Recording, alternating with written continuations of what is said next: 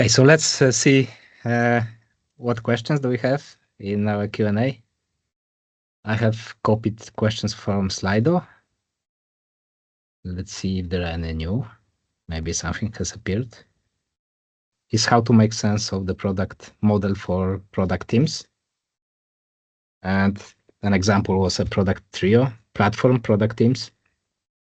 So as we discussed in one of the posts about the product trio, beyond the obvious, probably that was the title, is that the product trio concept is flexible. So it doesn't necessarily mean that you need product manager, product designer, and engineer in your trio. For example, right now it can expand and it can contract, and this is also confirmed by Teresa Torres. For example, right now I have product designer, content designer, data analyst, engineering manager, and me. So we have a product quintet at Ideals. And for the pro platform team, if this makes sense, you can. It's perfectly okay to skip product designer, for example, if you do not have anything related to UE or UX. So it's more about collaborating and tackling the problems together, thinking about solutions and combining different perspectives. But even Teresa didn't say that it exactly need to be this group of people. So it's about bringing cross-functional collaboration and people from these different areas to work together on discovering the problem and the solution space. If you have any follow-up questions, feel free to ask them in the chat. Strong opinions on the role of the product trio, tackling the 5 risk: value, viability, usability, feasibility, and ethics in product development. Yeah, according to Marty Kagan, product manager is responsible for the value risk and viability risk, so creating value for the customers and making sure that the solution works for the business. Product designer is responsible for the usability risk, so whether the customers can figure out how to use what we are building and whether they can find the feature, whether they find the feature intuitive. And engineers are primarily responsible for feasibility. However, and even when discussing the product model with Marty, he never said that those are silos. Also, in my perspective, in my experience, in my teams, we do not have those strict boundaries. So, for example, engineers are allowed and actually question solutions that we bring them for the refinement. Designers are asked about the impact for the business. Product manager, so in this case, me, I often talk about things related to usability, and also many product designers who have experience in user research, they react a bit nervously when they see those graphics with product designer being responsible only for usability, because they also deeply care about value for the customers, understanding what are the jobs, what are the pain points of the customers, what are their desired outcomes. And yeah, reducing their work to usability is not something they want to hear. So I do not even feel that it is required to strictly define those responsibilities. In my teams, it works naturally. So product manager and designer, actually designer is my best partner right now in those discussions. We equally contribute to value for the customers. And engineers indeed focus primarily on the feasibility perspective and feasibility risks, but at the same time, they often question things that the product trio brings them. Whether this is an engineer who participates in the product trio meetings or product quintet meetings in our case, or whether this is something we discuss during the refinement. And also interesting thing is that I recently started to think that you do not even need to define who is part of the product trio and who is not. So for example, sometimes engineers and developers who formally they are not lead engineers, they are not engineering managers, they attend our meetings. And if we need product marketing perspective, we also can invite, or actually we do not even have to invite because our channels are open, our meetings are open for everyone. So those people can just join our discussions and contribute when they are needed. And I think this is better aligned with the Lean UX, so a book where they emphasize the importance that every person in the team can contribute according to their skills, according to their interests, and we do not need to strictly define the roles. It works naturally as smartly defined, but yeah. With the asterisk that designers indeed are super interested in value for the customers. This is often the case. Okay, how can we keep stakeholders engaged? The next question. I'm not sure we need to keep all stakeholders engaged. Some of them do not want to be engaged. So the first thing to understand is whether to map the stakeholders and understand which stakeholders want to be engaged and want to be informed, and which one have little interest in what we are doing. And also we need to adjust how we engage with them according to what is their influence in the organization.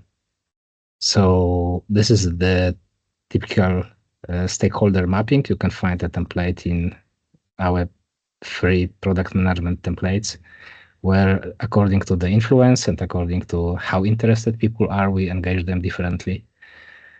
And I think it's important that even if we perform this mapping, that every person, especially key stakeholders, have some preferences. So, for example, some can prefer a chat, others might prefer an email.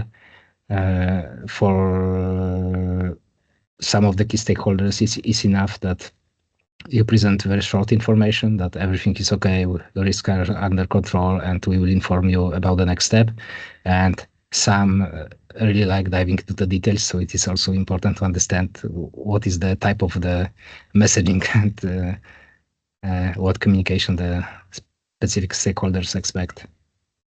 The next one is about in markets where finding product market fit is challenging, like a niche deep tech, how to perform continuous product discovery with customers from multiple segments without losing momentum or team motivation. I think that actually performing continuous product discovery with multiple customers from different segments can lead to losing momentum and losing the team motivation. And especially when searching for the product market fit, it is essential to define your focus. So what are the customers that you care about the most? What is this first market segment or beachhead segment that we sometimes call it? And really focus on that first market segment customer cluster before going and expanding to the others. Niche deep tech, it actually suggests that we are talking about the narrow market segment. So I'm not sure how we can have multiple segments inside, but yeah, in any case, I think the most important thing to remember is that when we are trying to achieve the product market fit, we should focus on this one customer cluster and really invest all our effort to empathize with those customers, understand jobs of those customers, and understand the needs, and work on our strategy, work on the business model, the value proposition, and how what we are building will be different from what others can offer. And crossing the chasm which we recently discussed, so collecting some evidence, addressing additional needs, like not just must-have, but also performance and maybe delighters, and getting testimonials, getting referrals from those early customers to appeal to the wider market. Product discovery in general for everyone. It already suggests that you are trying to satisfy everyone, and this is not the best approach for the startup, which has limited resources. Okay, the next question is idea more important than execution? And the typical answer to that question is that not, but I don't really like how this question is framed, because it already suggests that there is some phase where you work on the idea and you have to came up with a product idea, and then the next step or phase is executing on that idea. And what you can came up with initially is some rough hypothesis about the market, some very high level functionalities. But in order to achieve a product market fit, in order to build a great product, you need many iterations and many small ideas. So it's really not one big idea, but dozens of or hundreds of many small ideas, experiments, deploying things to production, testing prototypes with the customers, and iterating on the feedback. Whether this is a new product or whether this is an existing product, we need to iterate multiple times. Like we collect insights from different sources like market research, customer interviews, analyzing data if we already have a product, or analyzing data about the industry, talking to the stakeholders, talking to the founders, structuring our knowledge, ideating on how we can solve those problems, and then testing it by experimenting. And then after experiments are successful, after our hypotheses are confirmed, we can ship that ideas and launch them to production. And then we need to learn and repeat, because what we ship in the first iteration is typically, even if we could, I prefer to ship something simpler, like a very basic version of the idea, just to get the learning as soon as possible, and then iterate on this. So discovery and delivery run in parallel. This is not the process. Like, hey, I have this idea, please execute it, and we are done. So it's more important to iterate than to transition from idea to execution. And execution obviously involves a lot of exploration, experimentation, and learning. The next one is about product managers being mini CEOs. And there are two approaches to this. I saw it was probably Christina Wodke who actually argued that product managers are CEOs,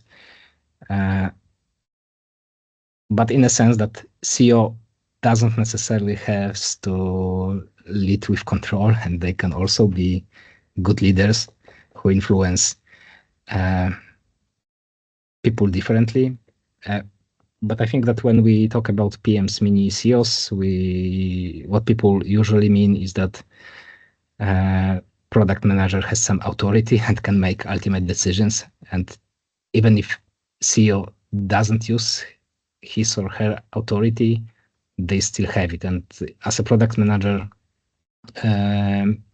working with the team, I think the team dynamic is different. So you do not have any authority on engineers, you do not have any authority on designers, on stakeholders, and you need to collaborate with people differently.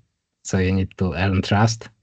You need to demonstrate that you make decisions informed by the data.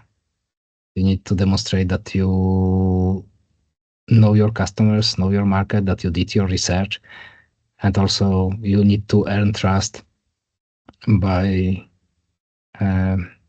acting in a specific way. So for example, it takes time, but some of the things that you can do is to listen carefully to what people say, be open to their feedback, demonstrate that you also have some weaknesses, or you can say sorry, you can acknowledge that you make a mistake, and let people feel that you really care about them as people. So I think it is important first to be the person that they trust, and you can do it by acting in a specific way that they know that you have the right intentions, but also supporting your decisions with the data and connecting different actions and choices that you make or suggest to the company objectives and company strategy, so that people can trust that, ultimately can trust that they should follow. Okay, so to conclude, for me, PMs are not mini CEOs. Even if CEO can theoretically lead without using the authority is still there, and it changes the dynamic. And the last one from the first comment is that how important is technical knowledge for a product manager? And how do you answer the question, but you have prior experience as a software developer? And I have argued in the past that product managers need to be tech literate. Of course, as a product manager, you are not going to code anything. You are not going to create software. I even made mistakes because I transitioned from the .NET developer position to first project management, then product management, and I did used to fix some errors or bugs while being a product manager. But generally, product managers shouldn't do that. And at the same time, it's important to understand that technology sufficiently to be able to ask the basic questions. Like, you need to understand what is SQL if you work with an app that stores data in the database. You need to understand what is HTML or JavaScript or CSS, because you will face, for customer-facing product, you will face a lot of issues, a lot of questions, a lot of maybe complaints, maybe bugs, or related to this user interface part. And it is extremely helpful to be able to just have a basic knowledge of the technology that you are working with. And if someone asks you the question about experience as a software developer during the interview, it's safe to assume that you were already shortlisted and you were invited to that interview. So they shouldn't expect. They saw your resume. They see that you clearly do not have technical experience, like a engineering position. And what they want to understand is whether you can effectively collaborate with engineers. So you can do it either by, and they will verify it either by asking about specific situations, where then you can use the STAR method to talk about specific situation, the challenge, and how you solve that situation, and what you have learned, or what were the outcomes. But you can also mention courses that you took, or maybe some simple apps that you built, like Bubble, or maybe some simple web app. So just to conclude this technical knowledge, it can actually be a problem if a product manager has too deep technical knowledge and wants to use that to micromanage. I was doing that at the beginning of my career. Right now, in the previous company, even though I could, I do not have access to the source code. I didn't request it on purpose because I do not even want to be able to look in the code. But at the same time, I do work with tools like developer tools. I track network requests to understand what's going on. And even though I'm not testing the app, sometimes I do report bugs. And in that case, it is helpful to understand what is going on in the browser console. And also when using reports, using data like Google BigQuery, it is more effective. It is faster when you can write a simple SQL command yourself instead of creating a ticket for product analysts, and product analysts can do more complex things. Okay, another question. Sometimes I feel that I don't have the time for a proper discovery because I need to create enough tickets for the team to have something to do. how to balance between taking the time to discover the value and also making sure that devs have something else to implement before that discovery is done.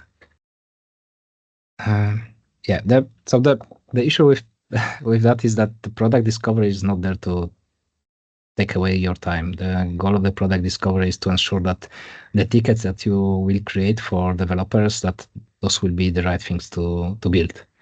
And at the end, they will be able to create more valuable things.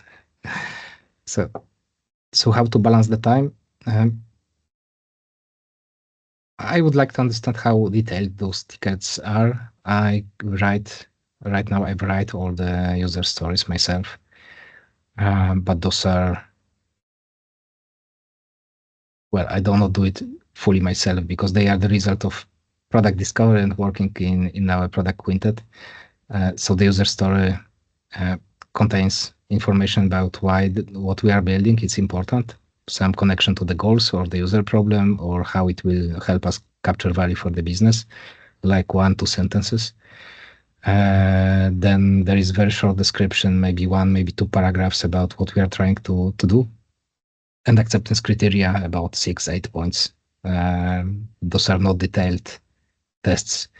And the rest is a link to the design that the product designer created. So I only paste a link to, to Figma. Sometimes I do a screenshot if the design is complex to select some specific fragment. QA engineers create detailed test scenarios, so I don't do that. And we just discussed the user story with the team, and this is called card confirmation, conversation confirmation. So the user story or item in the product backlog should be simple, like you can write it on the card. The key is to discuss it, not to make it a contract with like 100 different acceptance criteria and every test scenario described, but rather discussing it so people understand what is the purpose, what problem we are solving, and what are the key assumptions. And with the design, they are usually able to figure out the rest without asking too many questions. Sometimes I get a question during the week, but this is like every 1, every 2, maybe every 3 days, there is a single question from the developer that we can answer in 10 minutes. Okay, so first thing is to create more concise tickets and don't do it a contract, but rather focus that people understand this is what Netflix calls leading with context or leading with strategic context, that people understand why the work they are doing is important and they can make small decisions themselves. And this can be achieved through discussion, not by writing long documents that nobody reads. Okay, and some of those tickets can be the result of if you have to create a lot of tickets. Maybe they are coming from stakeholders, so I would like to understand that, because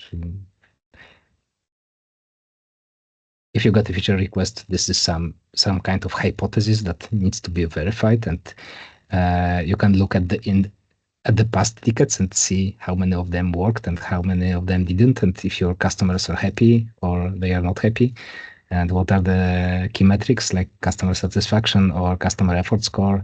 And if you see you can identify the problem, maybe you should start doing something differently. And one of the things might be, if developers have nothing to do, maybe they should spend time to better understand customers. They can attend customer interviews. They can you can engage them with in discussions about how to solve those problems best. But yeah, I think that investing their time just to build things without validating those things, this might not be the best solution. Did I answer your question? Interesting question. Would it be fair to say that DevEx is the customer experience for internal product teams? I have not thought about that, but customer experience or user experience, it's not necessarily just related to user interface. These are separate concepts. They are closely related for customers who use your app through user interface. But in case your users are developers, yeah, if I understand the question correctly, the experience of using your product is using your API or using your documentation. Yeah, integrating with the platform that you created. So probably that's the right thing to say, but I would like to understand what. Could I follow up with Yeah, sure. question there? I would say I work a lot with internal teams whose customer is other teams of engineers, right? And a question that usually comes is, I want to have a product designer in my team, even if they're internal. And I know this is quite depends a lot on the context, but I have been thinking that in some cases that designer role could be understood with the DevEx, right? So if my API is actually providing that value to my internal customer, but I haven't been confident enough to say to my platform teams, yes, this is something that you could consider. So I'm still like reflecting on that question. So it disconnected with the issue of how to bring the product model to internal teams that are quite technical, right? And can it be considered as part of the product design realm? But what would be the decision? I am not sure I understood. You would like to include product designer for that platform team? Or... Yes, but also understand if I can say if it makes sense to say when I'm talking to internal teams, you need to think of your customer as you need to think of your colleague, your internal engineering team that is consuming, for example, your testing cases templates as your customer. Therefore, anything you develop for them to consume should take into account how they consume it, their experience throughout that deliverable, right? That's kind of how I think it. Yeah, I agree. Okay, cool. So this reminds me a bit B2B2. That's my previous product was B2B2C, and we focused primarily on those businesses that we worked with directly, but we also wanted to understand how the customers of our customers will be using our product. So it was like 80% or 80%, 20%, but ultimately those internal teams will do something with your API. So I would spend at least some time to understand what the end customers need. But you primarily focus on this first line of your internal customers that would make the most sense. Nice, thank you. Yeah, I focus especially on them. Good. Okay, thanks.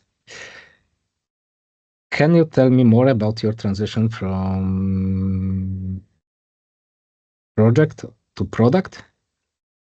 Did you change your way of working as a project manager towards more output oriented or something else? I was always customer oriented as a developer and as a team leader. But then I think that I went into the wrong direction for a while because my company suggested that I should build a new department. The company name was IT Imagination, and I built a SharePoint department from scratch when I was leading recruiting, developers, training developers. So we were recruiting .NET developers and learning them how to create apps for SharePoint.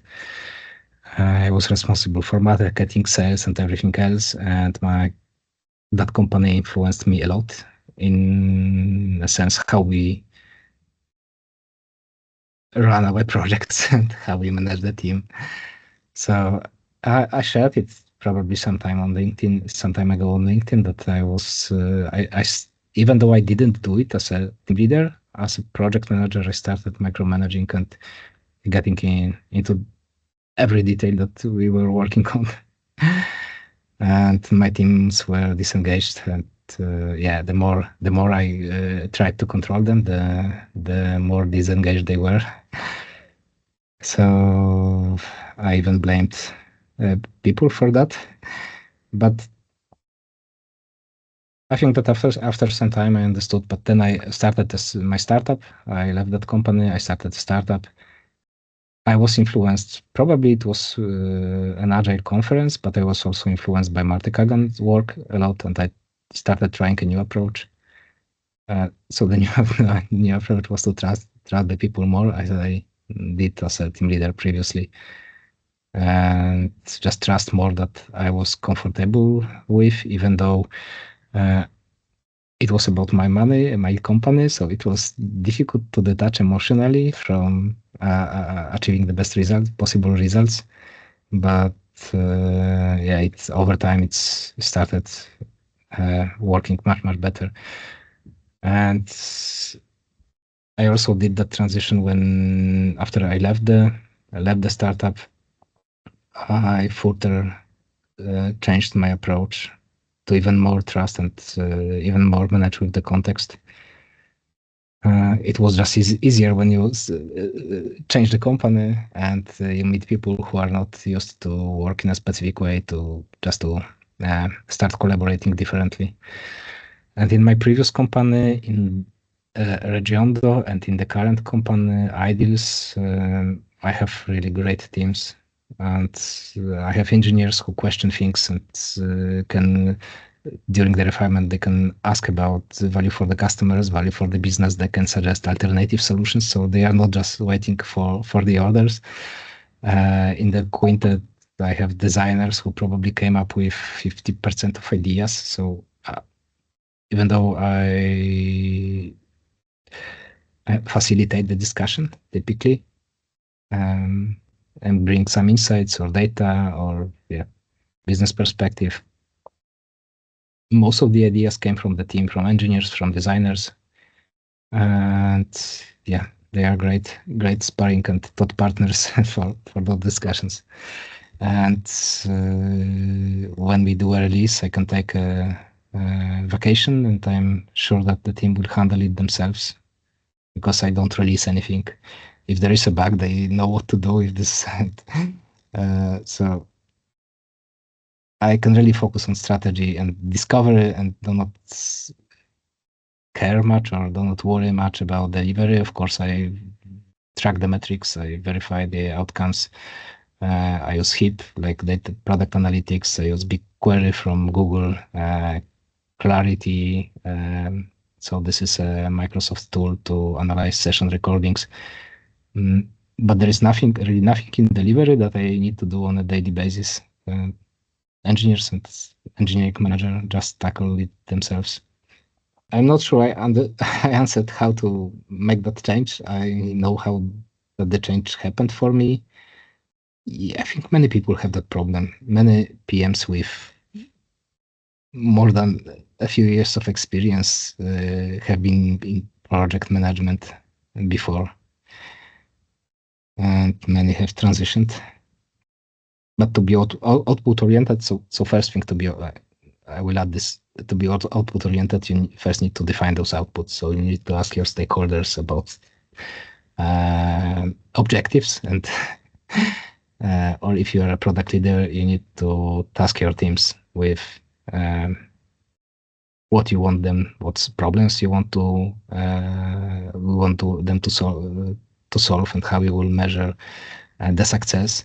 But even sometimes, honestly, you can have a rough idea of what type of solution they are going to build, but let them discover the rest. And yeah, and if the team is tasked with the outcomes, it's much easier to focus on the outcomes and discovering how to achieve those outcomes. And if they receive feature requests, it might be hard for them to change the mindset because they will just follow what they received.